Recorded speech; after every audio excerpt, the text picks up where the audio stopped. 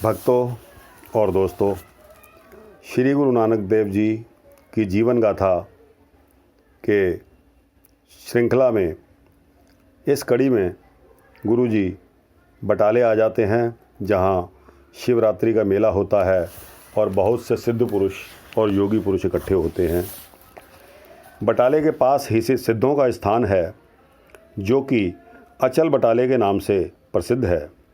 यहाँ हर साल शिवरात्रि का मेला लगता है और इस मेले में योगियों और सिद्धों का जमावड़ा इकट्ठा हो जाता है, जिससे कि वह अपनी अपनी करामातें दिखाकर लोगों से अपना आदर और पूजन करवाते थे।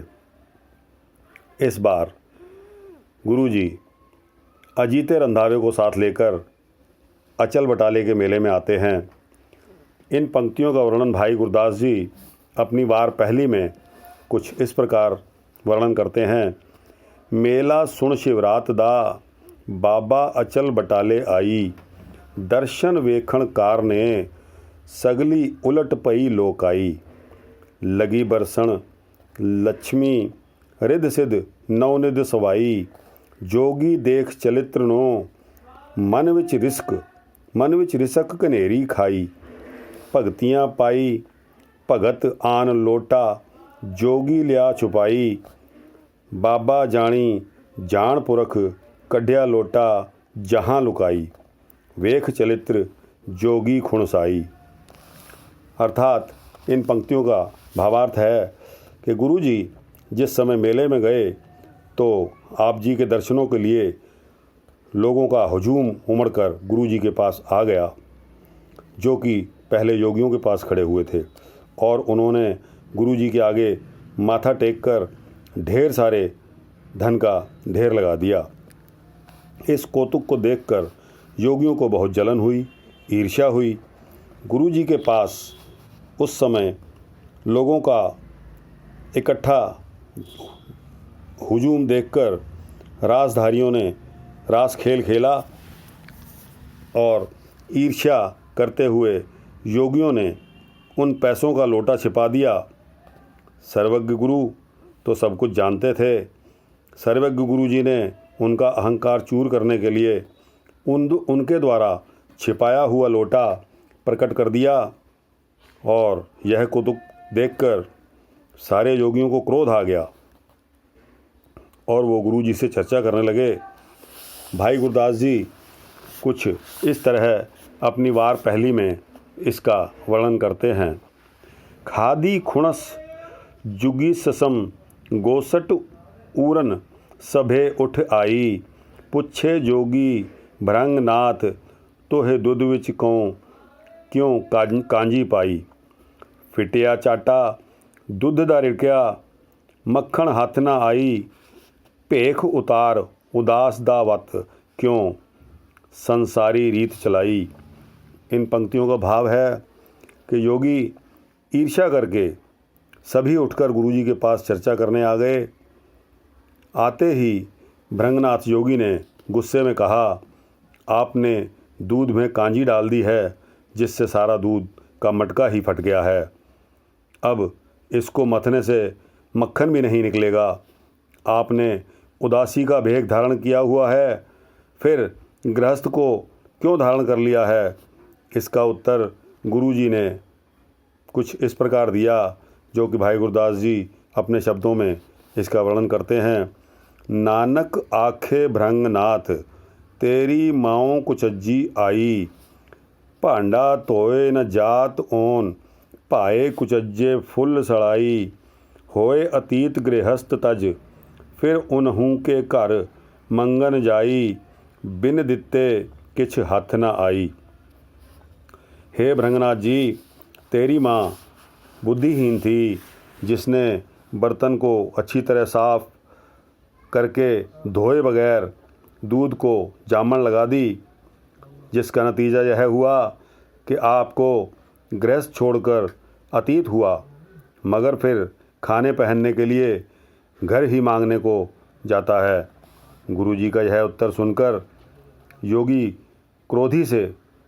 क्रोध में आ गए और किलकारियाँ मारकर अपना बहुत भयानक रूप धारण करके गुरुजी को डराने लगे। भाई गुरदास जी अपनी रचना वार 1 में इसका वर्णन इस प्रकार करते हैं। एह सुन बचन जोगी शरा, मार किलक बहुरू उठाई, खट दर्शन को खेदिया, कलयुग बेदी नानक आई। सिद्ध बोलन सब औखदियाँ, तंत मंत की कन्हों चढ़ाई, रूप वटाया योगियाँ, सिद्ध बाद बहुचलित दिखाई। एक पर करके उडरन पंखी, जीवों रहे लीलाई, इक नाग होए पवन, छोड़ इकना वर्खा अगन वसाई। तारे तोड़े भृंगनाथ, इक चढ़ मिर्गानी, जल तर जाई, सिद्धा अगन न बुझे बुझाई। जब सिद्धों के ऐसे कर्म देखकर लोग डरने लग गए तो गुरुजी ने अजीते रंधावे को कहा कि चौधरी, सत्य नाम का जाप कर, इन लोगों के चौगिर्द एक लकीर खींच दो और फिर इसके अंदर सिद्धों को कोई शक्ति नहीं चलेगी। अजीते ने जब इस तरह किया तो लोग निर्भीक होकर खड़े हो गए। गुरुजी की इस शक्ति को देखकर सिद्धों ने जो कहा उसका वर्णन भाई गुरदास जी कुछ इस प्रकार करते हैं। सिद्ध बोले सुन नानका, तू ही जगनू करामात दिखलाई, कुछ दिखाई असानू तू क्यों ढिल अजे ही लाई। गुरुजी ने इसका उत्तर दिया। उसे गुरदास जी अपनी रचना में इस प्रकार बोलते हैं। बाबा बोले नाथ जी, असां देखे जोगी वसत न काई, गुर संगत बाणी बिना दूजी ओट नहीं है राई।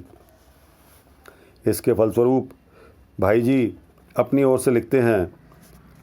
शिव रूपी करता पुरख, चले नाही करत चलाई, सिद्ध तंत्र मंत्र कर चढ़ पए, शब्द गुरु के कला छपाई, सो दिन नानक सतगुर शरणाई। भाव इन पंक्तियों का है कि सिद्धों ने चाहे कितने ही जंत्र मंत्र किए परंतु गुरुजी धरती की तरह अडोल बैठे रहे। सिद्धों की शक्ति को गुरुजी के शब्दों में गुरुजी के शब्दों ने शक्तिहीन बना दिया। सिद्ध दीन होकर गुरुजी की शरण में पड़ गए। सिद्धों को शरण में आया देखकर उनको गुरुजी ने जो वचन कहे उसका वर्णन भाई गुरदास जी अपनी इस वार में करते हैं। वार पहली। बाबा भोलेनाथ जी शब्द सुनो सच मुखों अलाई, बाजो सच्चे नाम दे होर करामात असां थे नाही, करो रसोई सारदी सगली धरत नथ चलाई, बस्तर पहरो अगन के बर्फ हमाले मंदर छाई, तोली धरत आकाश दोए पिछे छाँव टंक चढ़ाई, एह बल रखा आप विच जिस आखां तिस पार कराई, सत नाम बिन बादर छाई।